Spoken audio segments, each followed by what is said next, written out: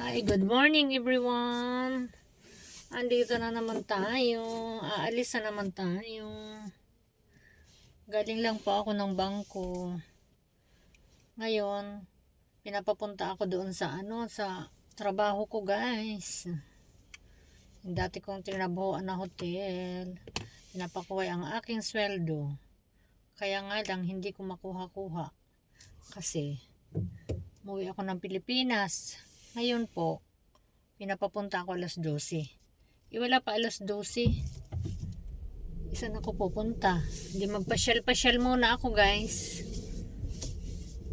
Pasyal-pasyal muna ako. Ayan, video-video muna. Sa loob ng sasakyan habang nagda-drive. Hindi ko alam kung saan ang punta ko. Ayan.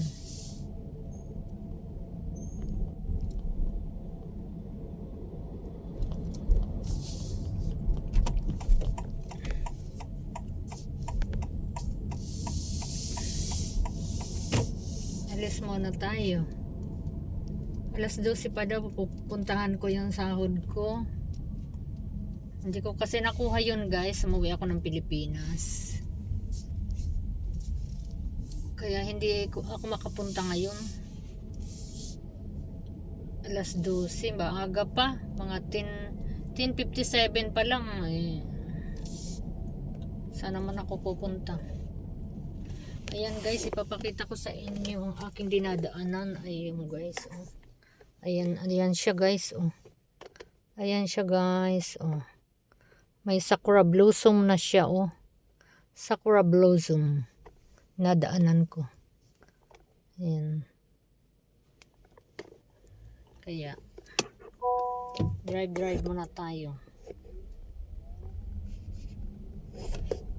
Mag-drive muna tayo. Hindi ko alam kung saan ako pupunta. Hindi ko alam saan ako pupunta ngayon.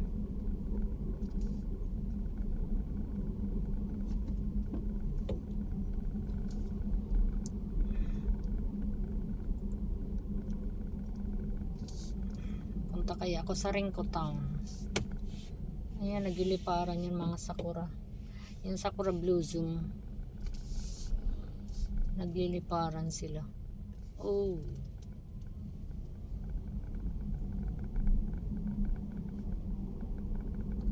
Sakura blossom. Sanglas nga tayo. Masilaw. Sanglas tayo, guys. Masilaw. Grabe. Punta muna ako ng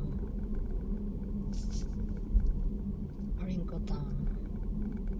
Mag-drive ako papuntang Ringco Town, guys. May oras pa naman. Napakainit doon. Super init doon sa Ringco Town.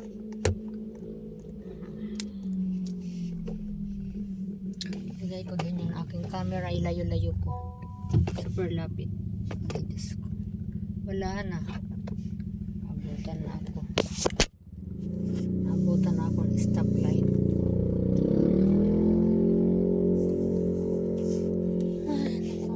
Ito na naman ang buhay ko dito sa Japan, guys. Wala pa akong work. Sa ano pa ako pwede mag-work sa May. Pagkaalis ng hobby ko. Pagsakay niya ng barko, saka ako mag-work uli. Kasi marami kaming pupuntahan at marami kaming lalakarin. Kaya hindi ako makatrabaho muna. Kakaboring man walang magagawa. Kailangan gawin ito. Ay, naku. Ano ba naman ito? Buhay. Aalis sa bahay. Mamamalingki. Kung may pupuntahan sa bangko. O kaya may mga bayaran sa convenience store. O kaya city hall. Ang daming bayaran dito sa Japan, guys, pag namuhay ka dito. Umiikot po ako sa mga bayad-bayad. Kuryente, tubig. Ay, nako. Kailangan talaga ay active ka sa lahat ng bagay. Pag hindi ka active, naku, wala. Kasi dito sariling kilos mo. Wala kang maasahan dito sa Japan kundi sarili mo. Kahit may mga anak ako, may mga trabaho naman, hindi sila maasahan. Kanya-kanya din dito. At least hindi naman sila umaasa. Sarili nila, nabubuhay na nila. Hindi kagaya sa Pilipinas, naku, puro asa-asa lang. Yun lang ang pinagkaiba, guys. Kahit hindi ako mabigyan ng pera ng mga anak ko dito sa Japan, at least nabubuhay nila ang sarili nila. Yun ang importante. Ang ibang anak ng Japanese nga dito, guys, humihingi pa sa mga magulang nila. Yun, mayayaman yun. May mga kaya yun. Kagaya ako na wala rin. Kailangan magsikap ng kanya-kanya. Marami namang trabaho dito sa Japan, guys. Basta masipag ka lang. Nasa iyo lang yan. Parang Pilipinas din yan. Pag nasa Maynila ka, maraming trabaho. Basta masipag ka lang. Huwag ka lang tatamad-tamad. Riyas lang din yan. Kahit saan ilagay kang lugar. Masipag ka. Diba, guys? Ganun lang talaga ang life.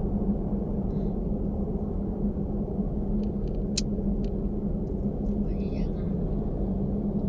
Balik na lang ako ulit mamaya.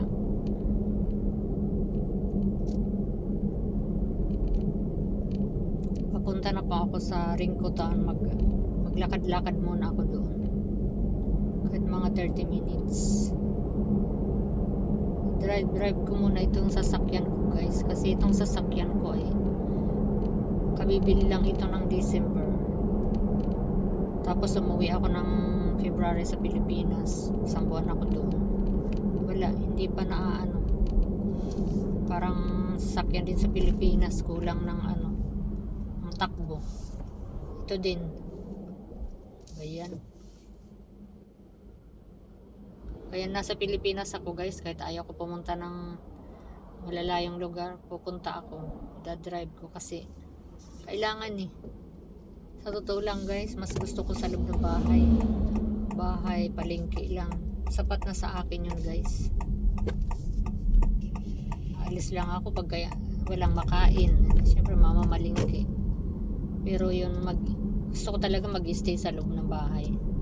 Kasi makakapaglinis ka, anong gagawin mo. Sa loob ng bahay pa lang, guys, ay kontento na ako sa mga ginagawa ko. Pero dito sa Japan, guys, maliit lang kasi ang bahay namin. 2 kwarto, sala, kusina, magkasama na yan. At saka terrace. Ay nako, ang bilis ng maglinis, ang bilis matapos. Kaya hindi ako pinapawisan maglinis, hindi kagaya sa Pilipinas. Ay nako, yung pawis mo talaga ay basang-basa yung damit mo.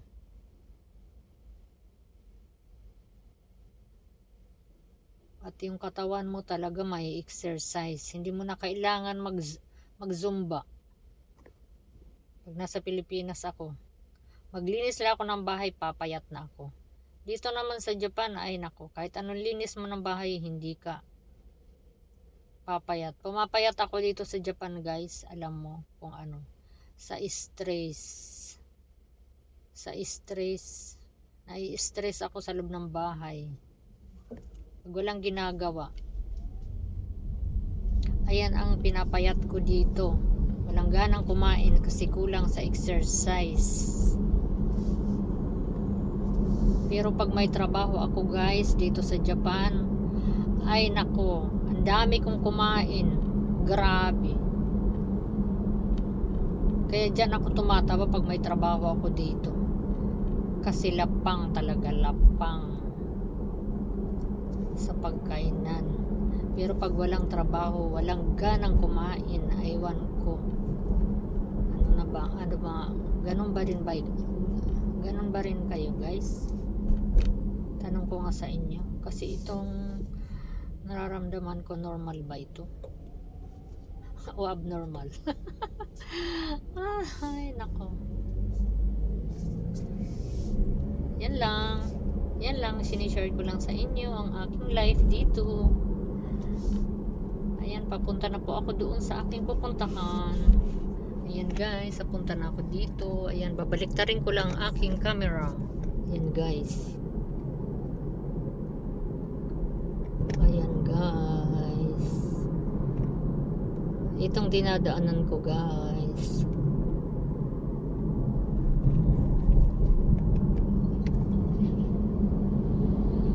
Nakakatakot.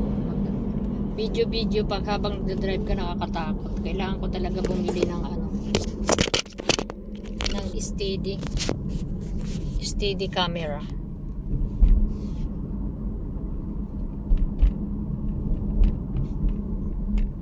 Steady ba na ilalagay mo lang yun ano, cellphone mo, naka-steady na siya.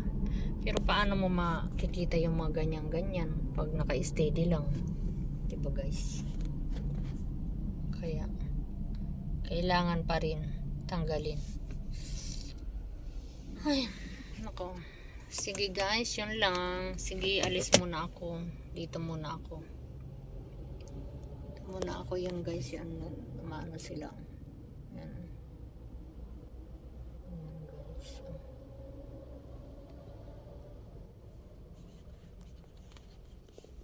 Bye. Thank you very much.